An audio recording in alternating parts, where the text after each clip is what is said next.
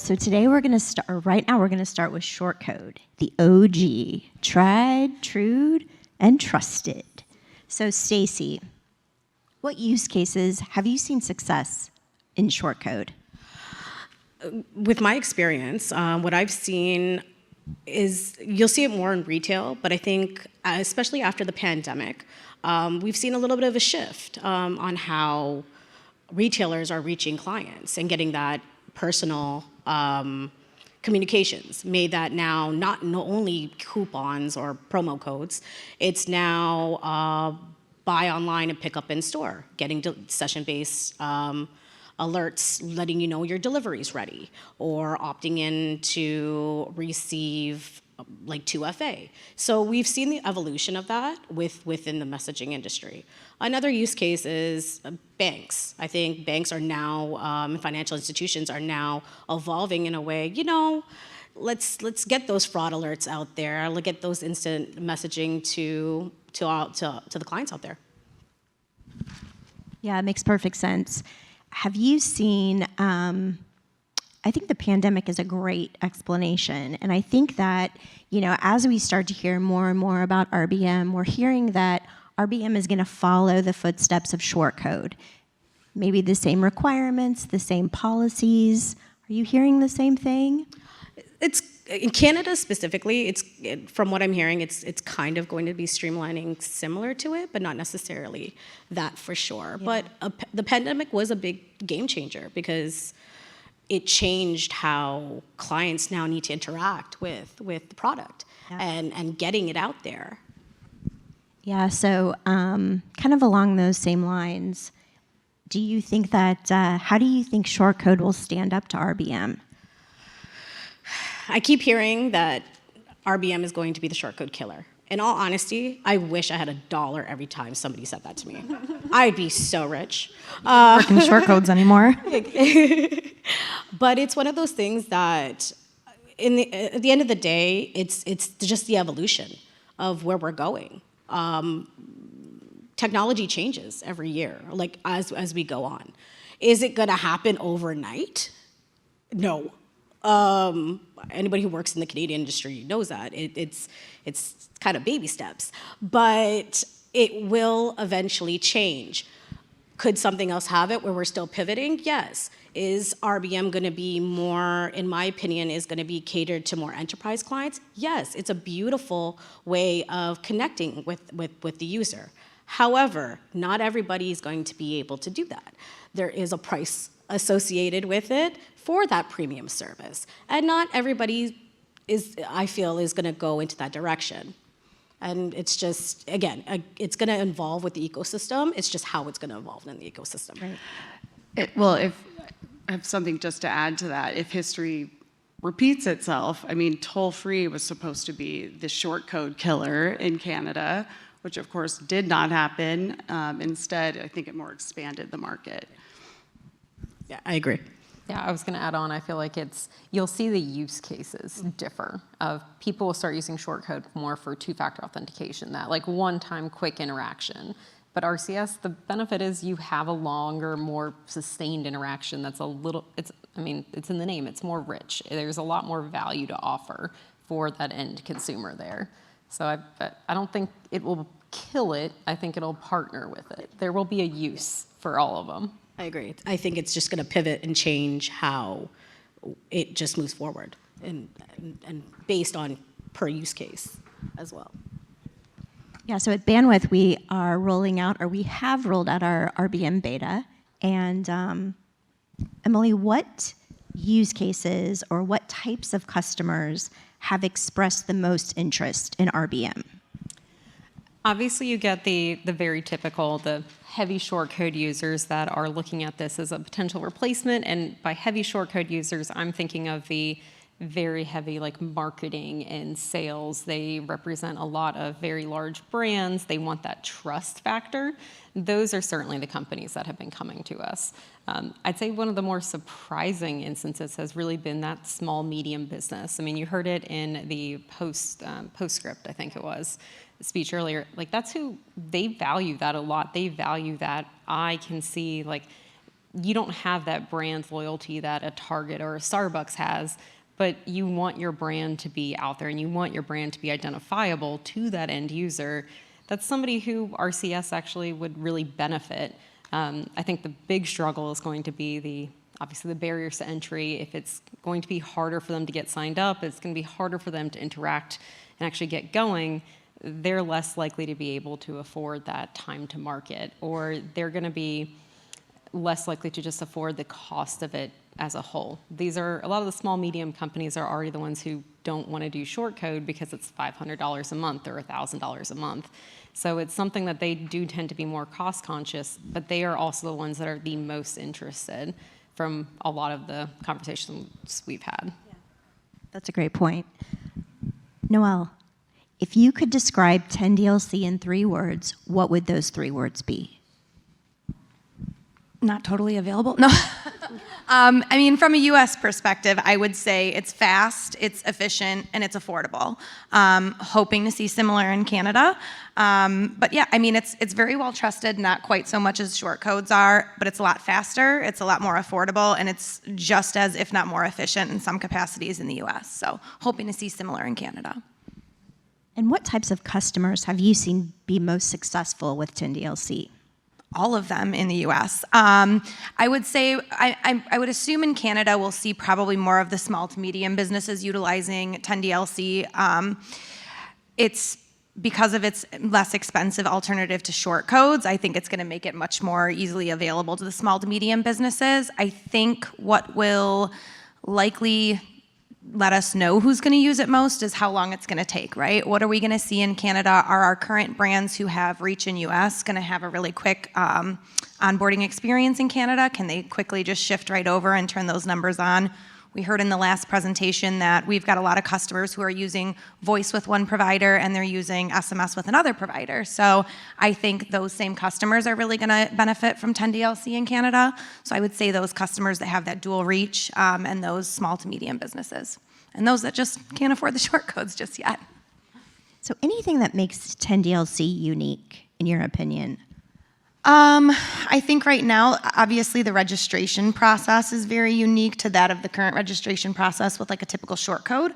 There's, I assume, going to be less of a information sharing with the current short code process.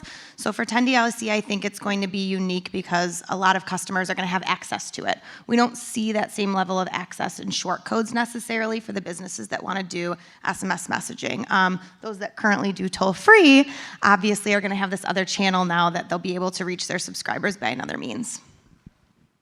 Gotcha. So Britt, in hearing what Noelle just said about 10DLC, how do you think toll-free compares? How do the 2 products compare to each other? I see toll-free as kind of the sweet spot in between 10DLC and short code.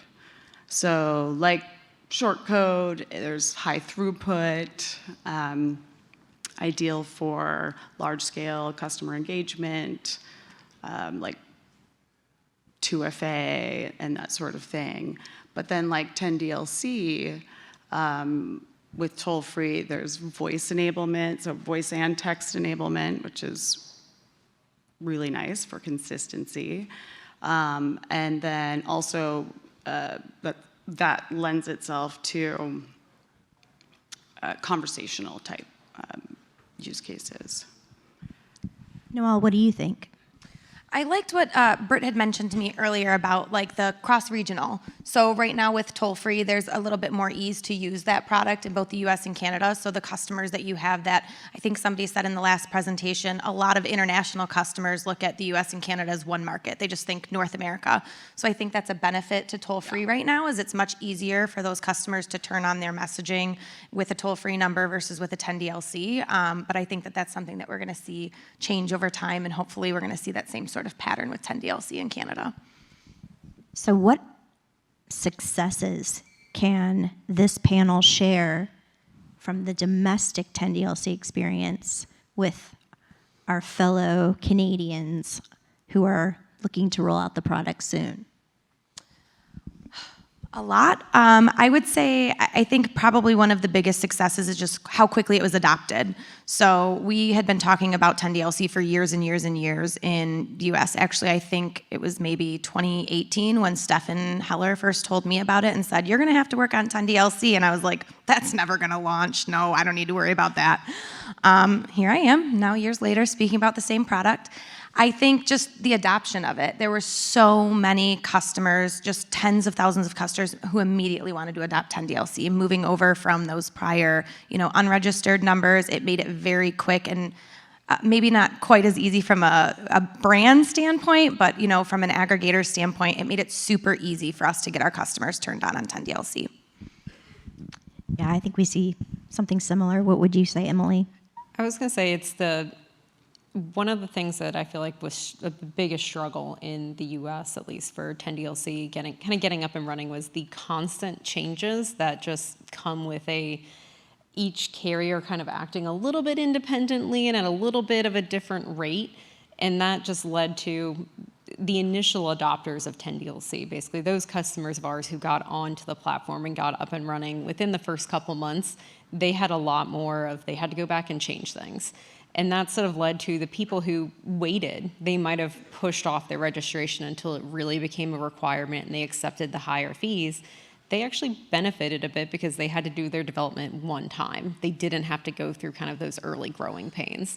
So I'd say that'd be the one piece of advice I would really give is trying to time things and have a more coordinated rollout if possible. So that way there isn't as much churn in the industry. Maybe some collaboration? Yeah. Consistency. Consistency. Britt, if you could describe toll-free in 3 words, what words would you use? I would use versatility, just for all of the different use cases that it supports. Consistency, for sure, since there's a centralized kind of single way to vet the numbers that gives uniform messaging behavior across all the carriers in US and Canada. So was that versatility, consistency, and cross-border? Yeah. 3 words. So toll-free has been a tried and trusted product in Canada for some time.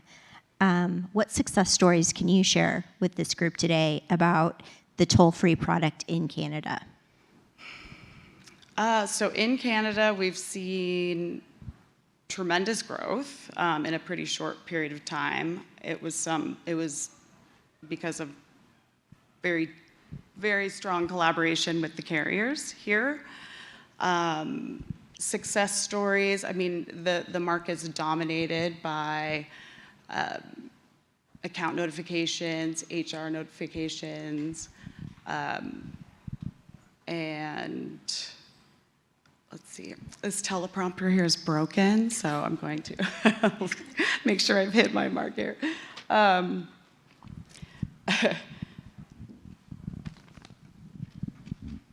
would also say that a point of toll-free, or a plus, I guess, of toll-free in North America altogether is that 8XX area code. It's kind of a national area code. It's not tied to a province, a state, or a specific location, but it signals more enterprise and high performance and trust. That makes sense. Yeah. So I'm going to ask each set of you, so 10DLC and toll-free, short code and RBM, how would you advise your customers to choose one or the other? So if you had a customer that came to you and said, I'm considering 2 products, 10DLC and toll-free, how would you advise the customer on which product would be best for them? Let's start with 10DLC and toll-free, and then we'll move on to short code and RBM. I think I would start with understanding the customer's use case and maybe what products they currently have, whether they have a voice element to them. I would definitely recommend 10DLC to those customers that currently have a voice element and want to retain that same messaging number to be able to message their same subscribers. Probably more so for like account notifications. Promotional would be something I would do. Chat-based alerts are really great, especially those where they're already having those voice conversations and they want to move that to a conversational message flow over messaging. But I would choose that over toll-free right now because I think it's a newer, more exciting channel. I think there is a bit more ease in no offense, Britt. I think there's a bit more transparency in terms of the way that they can utilize that. I think a lot of folks have a misconception about toll-free that it's maybe an older product that's maybe more so supported some of those old business voice-enabled numbers. So I think 10DLC is just a little bit newer and more exciting. Ooh, Britt, what do you think about that? She says no. I mean, I think toll-free has been around a long time, but I think as far as a messaging channel, it is emerging, it's fast-growing. I also think that it is less fragmented as far as the onboarding process. Again, there's a single vetting process, and you are covered for all of North America. It's also the only number type that works across the border. So a brand can text enable one number and it works seamlessly, whether they have customers in Canada or in North America. Short code RBM. So I'm going to start again with the use case, the same way Noelle did, is it really depends on, are you looking for that much more interactive, that you're looking at really pushing out a lot of information. You want to be able to show off the 3 different things that the end user might care about. I mean, you could look at just how the possibilities with RBM are very large and kind of you could keep going if it's a like a contact center trying to help troubleshoot something for that end customer. They can sort of help send out a couple of different options to help the end user really self-serve. So that way they're not having to do as much of the I'm waiting on the phone, I'm trying to get hold of somebody. You can really sort of level it up, I would say. Compared to what you can just do with a standard 160 characters or just a single image with some text tied to it.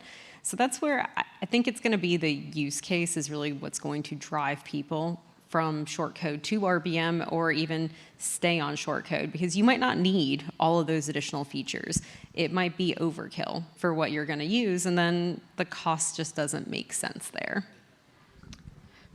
I echo everything that's being said. It is use case permitted.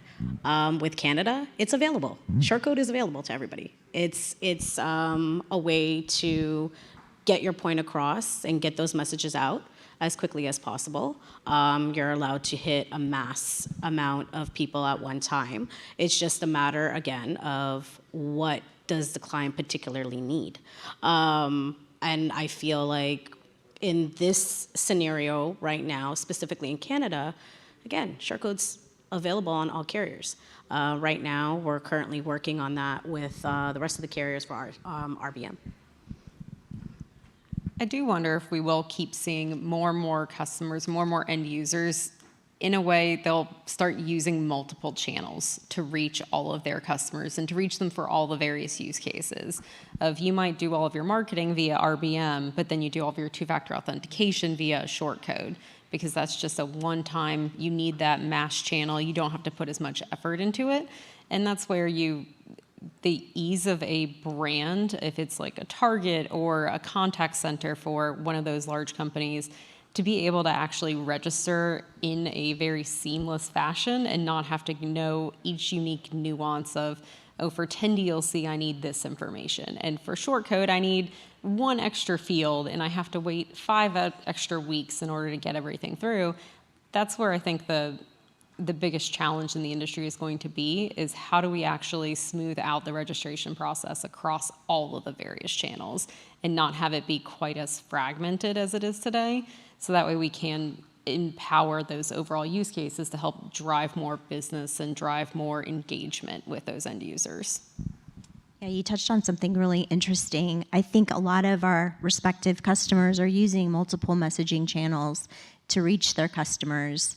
How can we make it more seamless? How does this panel think that the overall messaging ecosystem can make it a little easier for customers to maybe move from product to product? I mean, I think it's everything we've heard in this room today, from speaking with the, vetting agencies about trying to figure out how we can vet a brand a single time rather than having to have different vetting requirements from product to product. I think it's collaboration, not just from the carrier partners, but, from the DCAs to down to some of the other CNP and CSP providers, understanding exactly what it is that, one of the challenges that we have in the US right now is that different DCAs may vet differently. So we've got a brand that might want to do their messaging through multiple aggregators, and depending on who they're working with, they're getting different feedback. So if we could have that consistency and that collaboration as aggregators, as well as with, the providers in the space, to ensure that we're being consistent and we have one single set of rules across the entire industry that everyone can follow, I think that would be incredibly beneficial to those brands that want to use multiple messaging channels or multiple partners. Yeah, absolutely. So last question for each of you. What has you most excited about your product in the next 1 to 2 years? I think for sure, Code, it's the evolution of it. Now we're seeing that our RBM is coming in and seeing how that adapts to the entire ecosystem once it comes across board. I'm excited to see how it's going to change, because it is going to change. It's going to change the industry. So it's just watching that unfold. Yeah, great answer. Emily? I think it's the possibility is what excites me the most about RBM. It feels like it is the first channel that's existed with messaging that isn't a true OTT, that allows the ability for some of those innovations that Postscript highlighted earlier, of you can have some sort of AI interaction, and it's a little bit faster. It feels a little bit more like I am typing with a person versus having to really go back and forth and kind of wait for a longer response. I think it just feels like it's a more branded experience. It would also help build some trust as well, just that I know that I am actually messaging with the Department of Transportation for Maryland. It's not you have an outstanding toll that you must pay now. I've gotten a lot of those lately. So it helps build a lot more trust, and I think that innovation factor is what I'm most excited about. Britt? Yeah, I think greater adoption is what I'm excited about, of an omni-channel strategy where, branded calling and toll-free messaging can all kind of happen seamlessly together. Even, getting 10DLC in Canada as an A2B channel, I think it just helps strengthen the messaging ecosystem altogether, and RBM too. It's just, it'll be cool to have 4 fully functioning channels in the world for brands to use. I would just say the full adoption and seeing how it's going to play out in Canada. I'm hoping we have a different experience in Canada than we did in the US. I hope we take all of the things that we learned in the US, but I just want to see the full adoption of it. I think it'll be exciting, especially for those customers that, like I said, 10DLC in the US just blew up so quickly. I think if we can have a similar adoption here in Canada, it'll be incredible. Yeah, I think there's no surprise that messaging is extremely exciting, and the fact that there will be 4 viable products for our brands to use is very exciting. And I think we're going to open it up for questions now. Anyone? Where's Eddie DeCurtis? Don't invite him. No questions? Awesome. Thank you.